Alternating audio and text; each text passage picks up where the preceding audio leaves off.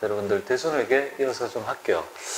우리가 일단 대손에게 특징은 뭐냐면 내가 채권이 발생했어요. 근데 그 채권을 못 받게 되면요, 못 받게 됐는데 받을 수 있다고 기록하면 안 되는 거잖아요.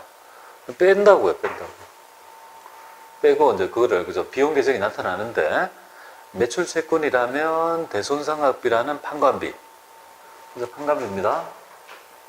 그리고 매출 채권이 아닌 영업 비영업 활동 거래의 채권이라면 당연히 대응하는 논점이, 이거는 영업 비용이 뭐예요? 판관비잖아요. 이거는 영업 외적 채권이니까 당연히 영업의 비용이 돼야 되죠. 그러니까 구분할 때 뭘 씁니까? 이렇게. 기타의 대손상을 붙이면 얘는 영업의 비용이 된다. 이걸 일단 먼저 알아야 된다. 두 번째 한번 보죠. 자, 이 채권이 만약에 5년 전 거라면 어떻게 되겠습니까? 5년 전 거라면. 5년 전에, 그죠? 5년 전이라 하지 말고 이렇게 하죠. 자, 1월 1일 날, 그죠? 거래를 시작합니다. 2018년도 1월 1일 날 첫 거래를 합니다. 첫 거래하고, 그죠? 기말 시점에 채권이 얼마 있냐면, 100만 원 있다고 가정할게요. 적지 않아도 돼요. 개념만 설명하는 거예요. 근데 이제 이 거래를 해보니까 이 거래처하고 되게 뭡니까? 이게 잘 맞는 거예요. 그래서 거래를 먼저 크게 확대했습니다. 매년 뭐예요? 채권이 조금씩 늘어날 거 아니겠습니까? 거래가 많아지면 질수록 채권이 조금씩 늘어나죠. 그죠? 쭉 늘어납니다. 그래서 2020, 한 뭐 몇 년 지날까? 2년도, 한 7월 1일 정도, 한 4, 5년 정도 지나서 이 채권의 잔액을 보니까 한 1억 원 정도가 됐다, 이거죠. 한 4, 5년 동안에 계속 거래를 늘려서 채권의 잔액이 늘어났다. 그게 일반적인 상거래가 될 것 같습니다. 그죠? 그럼 1억이 있다, 이 시점에. 근데 얘가 드디어 뭐예요? 먹고 튀었다면 어떻게 되겠습니까? 그 얘가 채권을, 그죠? 외상 매출금을 빼고 1억을 제거하고, 그죠? 1억만큼을 뭐야? 대손상각비로 계산했다 가정할게요. 이건 비용이잖아요. 판관비죠. 그죠? 이 회계 처리를, 그죠? 어떻게 볼 건지에 대한 얘기예요. 여러분들이 봤을 때 비용을 인식하는 원칙이 뭐죠? 비용을 인식하는, 수익과 비용을 측정하는 원칙은 뭐죠? 기억납니까? 발생주의라고 기억나요? 손익계산서 할 때 수익과 비용은 뭡니까? 발생주의에 의해서 측정한다, 이렇게 돼 있잖아요. 그죠? 현금주의를 배제하고 발생된 있죠, 연도에, 그죠? 비용을 처리하는 게 원칙이죠. 1억 원이라는 이 비용이 올해 발생한 겁니까? 한번 생각해 보세요. 2022년도에 발생한 겁니까? 아니죠. 한 4, 5년 동안의 잔고가 뭐야? 계속 늘어가지고 결국 누적되어가지고 나타난 거 아닙니까? 근데 올해, 그죠? 발생한 걸로 다 비용 처리하면 올해 수익에 대응하는 비용이 대응이 될까요? 안 될까요? 올바른 정보가 안 될 거 아니겠습니까? 그러니까 이게 문제라는 거예요. 단기에 그냥 국한해서, 단기에 발생해서 단기에 없어지면요, 단기에 국한한 거니까 비용 처리하면 되는데, 이렇게 누적된, 그죠? 이 채권이 없어질 때는 그렇게 하면 안 될 거라는 생각이 들죠. 그렇게 하면 올바르지 않잖아요. 그죠? 그러니까 이제 결국은 학자들이 그거 모형을 뭐예요? 야, 그거는 이렇게 하면 안 되겠구나. 그럼 이건 일단 이렇게 하면 올바르지 않다는 건 이해하는 거예요. 그럼 도대체 어떻게 할 거냐? 어떻게 해야지 합리적인 뭡니까? 이 비용이 배분을 할 수 있는지, 그죠? 모형을 찾기 시작하는 거예요. 대손충당금이 딴 게 아니고요. 모형이 학문이라 해서 첫 번째 모형이 나타난다 해서 약간 어렵다는 말이 그 말이에요. 학자들이 그래서 만들어낸 방법이 있어요. 그 방법이 뭐냐면요, 충당금 설정법이라는 걸 만들었어요. 충당금 설정법이라는 걸 만들어 가지고 이런 왜곡된 손익을 계산하는 걸 막는 있죠, 방법을 고안해낸 거라. 그럼 뭐 어떤 방법인지 한번 살펴보도록 하겠습니다. 그래서 첫 번째 보면 이렇게 보죠. 대손충당금의 설정, 이렇게 나와 있잖아요. 그죠? 설정. 여기 충당금 설정법에 있죠. 모형이 여기에 딱 들어가 있는 모형인데, 충당금이라고 앞으로 오잖아요. 충당금은 뭐냐면 미래에 언젠가는 대손 위험이 있잖아요. 그죠? 이걸 미리 대비해서 쌓는 금액이라고 정의합니다. 충당금을 미리 쌓아놓는다, 그죠? 그럼 쌓아놓아서 어쩌자는 거냐? 나중에 요 쌓아가지고 대비했다가 실제 발생했을 때 이걸 상계하는 모형인데요. 상계했을 때의 의미를 알아야 돼요. 그 의미를 제가 같이 한번 보도록 하겠습니다. 자, 이 얘기예요. 10년간 거래를 꾸준히 하면서 잔고가 늘어났다고 했을 때 갑자기 뭡니까? 1억을 떼먹고 도망갔다면 어떻게 베이스를 할까? 지금 그 얘기를 하는 거예요. 그래서 올해에 뭡니까? 띠먹고 먹고 튄 연도에 1억을 다 계산하면 왜곡된 그죠? 소득이 될 거 아닙니까? 이렇게 하면 안 된다는 거예요. 그럼 어떻게 하자는 거냐 그죠? 그래서 이제 충당금 설정법이 그죠? 충당금 설정법이 나타난 거예요, 그죠? 그래서 이 충당금 설정법은 미래의 손실이 지금 예상이 그죠? 미래의 대손 위험이 미래에 될 거 아니겠습니까? 그러니까 채권이 발생했을 때 그 위험을 뭡니까? 미리 그래서 평가해가지고 그만큼을 비용처리를 미리 해놓자 이 말이에요. 그럼 미래의 대손이 얼마인지를 어떻게 아냐 그죠? 그걸 요 방법에 의해서 추론합니다. 세 가지 방법에 의해서 미래의 위험을 추론하는 방법이 세 가지라고요. 채권은. 첫 번째가 바로 개별 분석법이 됩니다. 우리 외상값이 있는 거래처의 개별적인 신용도를 그저 파악해가지고 채권의 위험을 평가하는 방법입니다. 좋긴 좋은데요. 돈이 많이 들어요. 두 번째, 연령 분석법 보겠습니다. 연령 분석법은 딴 게 아니고요. 연령이 많으면, 즉 외상의 기간이 길면 길수록 위험이 뭔가 더 많다고 가중치를 주는 방법이에요. 그러니까 상대적으로 물건 팔고 기간이 적으면 대손 위험이 적고, 아니 2년이 지났는데 뭐예요? 아직도 돈을 못 받고 있다면 대손 위험이 큰 거 아니겠습니까? 예를 보여드릴게요. 두 번째 가지고 보겠습니다. 이게 바로 이제 연령 분석법이 됩니다. 여러분들은 이걸 구할 수 있어야 돼요. 이걸 어떻게 구하는지 볼게요. 여기 보세요. 연령이 뭡니까? 30내다. 외상값이 30 내에 있는 채권이 요만큼 있다. 그럼 여기에서 그죠? 기간에 따라 뭡니까? 연령이 많다 이 말이잖아요. 돈 못 받은 기간이 길면 길수록 뭡니까? 가중치를, 위험의 가중치를 더 주는 거죠. 그래서 요 잔액의 한 2% 정도는 뭐예요? 먹고 튈 확률이 있다는 거죠. 먹고 튄 건 아니에요. 일단 확률이 있다. 그걸 추론하는 방법이에요. 그럼 곱하면 어떻게 됩니까? 대손의 추정액이, 대손의 위험액이 나타날 거 아닙니까? 토탈이 얼마예요? 45만 5천 원이죠? 그러니까 800 중에 얼마의 위험이 있다는 거예요? 한 45만 5천 원 정도가 있죠. 있다는 거다. 여러분들은 요거만 구할 수 있으면 됩니다. 어렵지 않죠? 연령 분석법이 요거 방법이란 말이에요. 근데 이제 실무적으로는요, 시험 버전은 둘 중에 하나 나오는데, 실무에서는 세 번째가 일반적입니다. 시험 문제에 가끔 연령 분석법이 나와서 제가 연령 분석법이 뭔지를 설명하기 위해서 예제를 만들어 놓은 거예요. 실제 이 예제도 기출문제입니다. 자, 그러면 볼게요. 채권 잔액 비례법은 뭐냐면 경험률인 거예요. 항상 이런 게 있잖아요. 우리 100만 원치 팔면 꼭 뭐야? 한 1%나 2%는 뭐예요? 못 받더라 이 말이에요. 그죠? 그러니까 100만 원 팔면 항상 우리 기업은 한 10만 원 정도는 못 받더라 하면 대손율이 얼마가 되는 거야? 1%가 되는 거야. 그럼 경험률을 가지고 뭡니까? 기말의 채권 잔액에다가 뭐야? 이걸 곱해가지고 위험을 평가하는 방법이에요. 위험을 평가하는 이유는 이놈이 뭐야? 이놈들이 지금 먹고 튈지를 모르잖아요. 그죠? 하지만 항상 위험은 도사리고 있죠.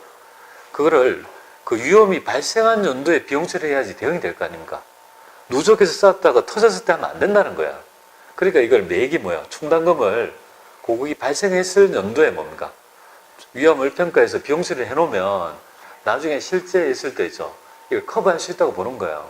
뭐 그런 의미인데요. 그러면 채권잔액 비례법은 어떻게 하는 건지 요 예를 들어 보겠습니다. 기말의 채권잔액이 뭐예요? 1,000만 원이다. 근데 우리 회사의 대손율은 1%다. 그러면 자연스럽게 뭡니까? 1,000만 원 곱하기 뭐예요? 1%를 하면 쉽게 뭡니까? 10만 원 정도가 위험이 평가되는 거 아니겠습니까? 자, 이걸 바로 채권잔액 비례법이란다, 그죠? 그거 위험을 평가하는 방법 되겠죠, 그죠? 대손에게는요, 이 대손 추정액의 기말에 있죠. 위험 평가액을, 잔액을 관리하는 게 가장 중요해요. 계속 추정할 수 있냐는 거예요, 그죠? 일단, 이 방법은 어렵지 않습니다. 이렇게 해서 구한다. 이렇게 보시면 됩니다. 자, 모형은 어떻게 되는지 보죠. 그러면 충당금 설정법이 이렇게 하는 거예요. 대손상각비 100원. 위험이 100원이라 가정할게요. 100원.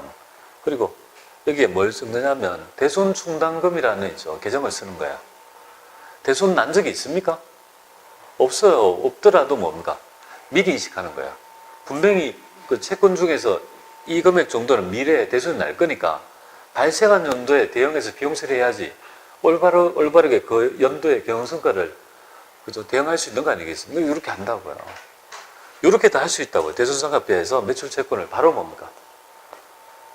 요 위험이 있는 이쪽 채권을 바로 빼도 돼요. 그런데 일반적으로는 요 방법을 써요. 근데 이 방법이 안 된다 하면 안 돼요. 직접 차감할 수도 있다 이렇게 보면 돼요. 하지만 이 방법이 일반적인 모형입니다. 충당금 설정법. 자, 그러면 충당금은 항상 이렇게 됩니다. 대손상각비가 판관비죠. 기타의 대손상각비는요. 비용 계정이죠. 아니 기타 영업의 비용이죠. 이건 뭐가 될까요? 대손충당금은요. 비용이 발생하면 뭐가 발생합니까? 부채라고 보면 돼요. 그래서 부채 성격이 정확한 건데요. 지금 당장은 부채라고 생각하세요. 비용 증가 뭡니까? 부채다 이렇게 생각하면 돼요.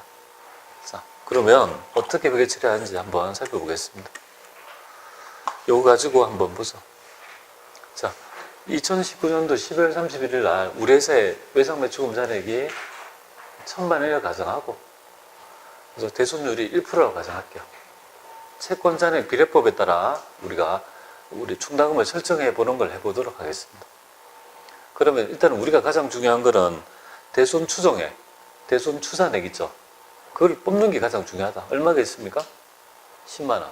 되겠습니까? 10만 원이죠, 그죠? 10만 원. 요 회계 처리 한번 볼게요. 이렇게. 대손상각비, 그 다음에 어떻게 돼요? 대손충당금, 이렇게 처리하는 거야. 비용증가, 그죠? 부채증가, 이렇게. 모형을 이렇게 딱 처리하는 거예요. 충당금을 딱 설정하는 거예요. 요까지 마저 보고 갈게요. 그 다음 연도에 보니까 뭡니까? 채권이 또 어떻게 발생한 거야? 채권이 늘어났다 이거죠? 그 이 말에 보니까 1,500이 있잖아요. 그죠? 요게 또 위험을 또 평가해 보는 거예요.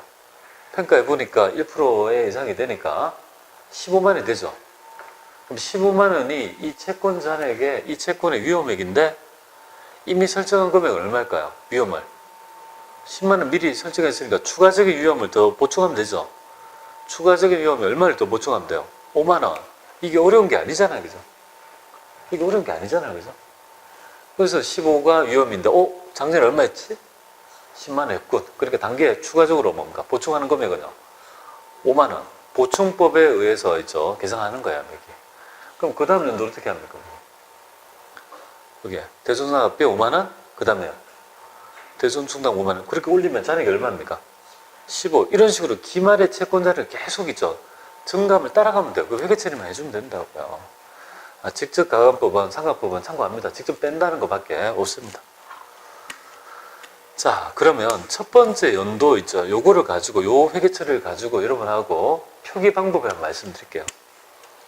그럼 외상매출금은 요거예요. 그럼 요거 외상매출금의 잔액은 우리가 1,000만 원 있다 이거죠.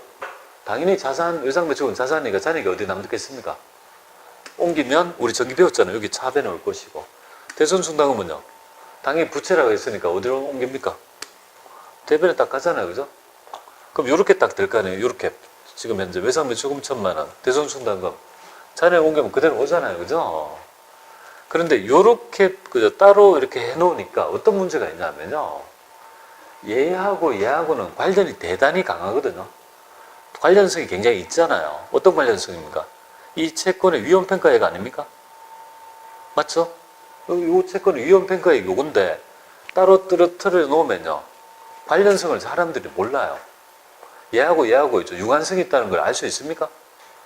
없어서 어떤 회계 처리를 하냐면 여러분이 처음 할 때 간접법 회계 처리라는 거 배웠잖아요. 표기 방식. 그래서 여기에 있는 거를 관련성 때문에 어디로 옮깁니까? 이쪽으로 옮기는 거예요. 이쪽으로. 왼쪽으로.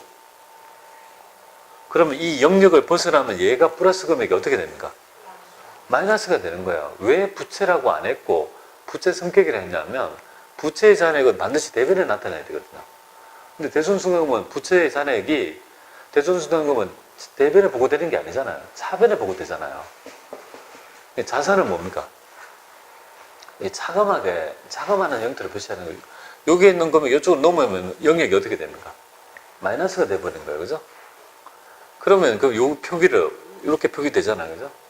그럼 요 글은 어떻게 읽어낼 수 있냐면 이렇게 읽어낼 수 있는 거예요.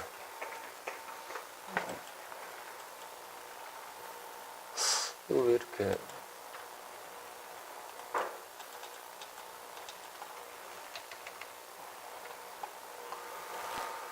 오늘 좀 이상한데 이거 왜 방송사고 자꾸 나타나지? 아이씨, 못하겠네 이거. 자, 보겠습니다. 꺼버렸으니까 이제 안 나오겠지. 자, 그러면 여기에서 이렇게 표기하면 좋은 이유가 이렇게 되는 거죠. 외상값이 1000만 원 있지만, 그죠? 여기에 위험평가액이 뭐예요? 이렇게 있으면 따로 있으면 모른다고요. 항목이 많으니까. 근데 바로 밑에다가 차감하는 형태로 표시하면 어떻게 됩니까? 정보용자 입장에서 유용성이 높아지는 거예요. 아, 요 금액이 있지만 요 금액은 먹고 튈 확률이 있는 대손의 위험액이구나. 그러면 아무리 못하더라도 요만큼은 뭐예요?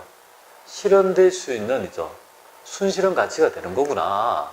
이걸 다른 말로 뭡니까? 순장부가액을 한다고요. 순이란 말은 뭐죠? 네팅한 거죠. 총액에서 위험을 뺀 나머지가 뭐예요? 순장부가액이 되는 거예요. 순실현 가치라는 말로 표현합니다. 이렇게 하면 훨씬 더 정보용자 입장에서 잘 알아보일 거 아니겠습니까? 그죠? 그러니까 이렇게 표기하는데요. 그러면 이런 어떤 사고는 이런 거하고 비슷하다. 예를 들면 우리 제주도에 가보면 성산 일출봉 있죠. 그쪽 앞에 보면 유채꽃이 만발하고 거기서 그죠? 신혼부부들이 사진을 막 찍잖아요. 그죠? 남자 10명, 여자 10명이 그죠? 쭉 있습니다. 남자 10명, 여자 10명이 있는데 저는 지나가면서 뭐예요? 누가 이 여자하고 이 남자가 둘이 부부간이라는 걸 저는 다 알 수 있습니다. 어떻게 알 수 있을까요? 보통 그죠? 자기하고 그죠? 서로 내외간이라는 걸 확인하기 위해서 뭘 입죠? 보통 옷을 같이 맞춰 입잖아요. 그죠? 커플룩을 입는 이유가 바로 거기에 있는 거예요. 너와 내가 동질감이 있다는 걸 밝히기 위해서 커플룩을 입는 거잖아요. 만약에 똑같은 옷을 남자 10명, 여자 10명이 입고 있으면 알 수 있습니까?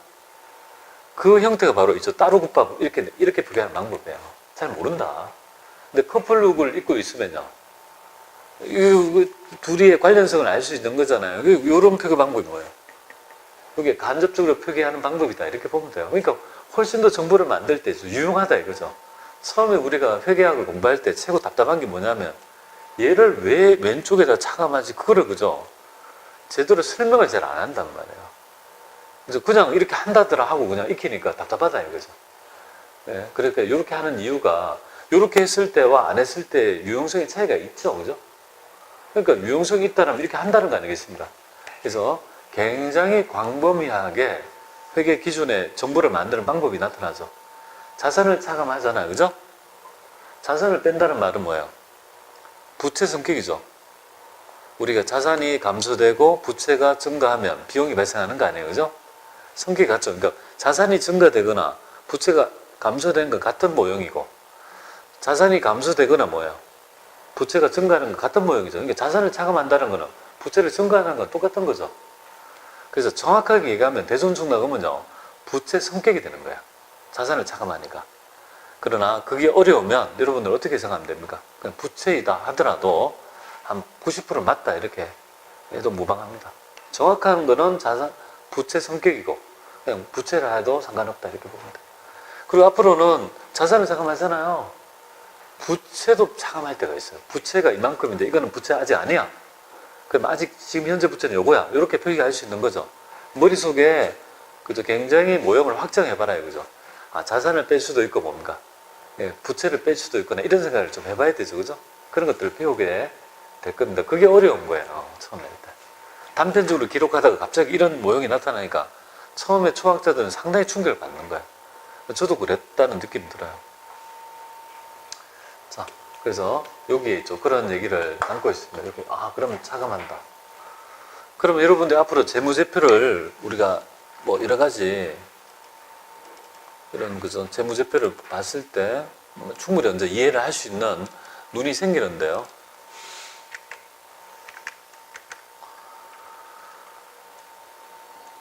이 재무 상태표에 가서 이렇게 보면 여기에서 보시면 어떻게 됩니까? 이거 읽어낼 수 있겠습니까? 요거 그죠? 외상값은 약 1억 8천인데 여기 바로 붙어 있잖아요. 밑에. 요건 위험이 그죠? 요만큼 있군. 그러니까 여기 잔액이 뭐예요? 요만큼 뺀 나머지가 요만큼이 실현할 수 있는 순가치액이구나. 이렇게 표기할 수 있는 거죠. 정보를 만들 수 있다는 것은 정보를 이해할 수 있다는 거잖아요. 우리가 정보를 보고 이 유용한 정보 제공을 만드는 입장이지만 또 볼 수도 있어야 되는 거 아니에요, 그죠? 그래서 조금씩 이제 뭔가 내가 아는 계정이 좀 많아지고 있죠, 그죠? 맞잖아요. 여기 뭔 말인지, 그죠? 알아먹어야 돼. 회계 언어를 배운다. 그렇게 보시면 되겠습니다. 자, 이렇게 표기되는 거고요. 이거 그 다음에 이어서 보겠습니다. 그러면 기업회계준에서는 요거를 그러면 이렇게 하면, 이렇게 적으면 자동적으로 뭔가, 그죠? 뭐 정보를 딱 만들어지면 이렇게 만들어지는 거예요, 그죠? 재무정보가 그렇게 만들어진다고 보면 되겠습니다. 자, 그러면 실제 기출문제 한번 보도록 하겠습니다. 조금 어려운데 이거 한번 보겠습니다. 한번 볼게요.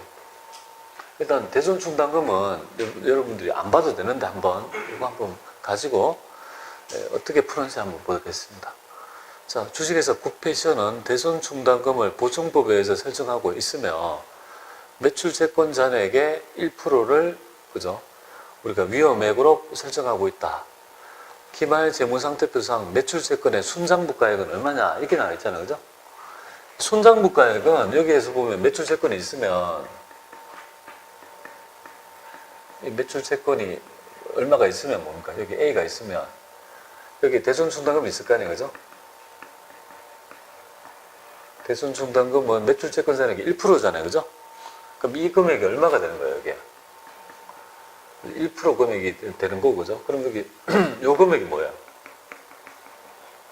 순실현가치 순장부가액 X 이건 얼마냐, 그죠? 그럼 이 금액의 몇 프로가 된 거예요, 얘는? 99%가 순장부가액이죠. 1%는 못 받는다고 보고 99%가 실현된다 이 말이잖아요, 그죠?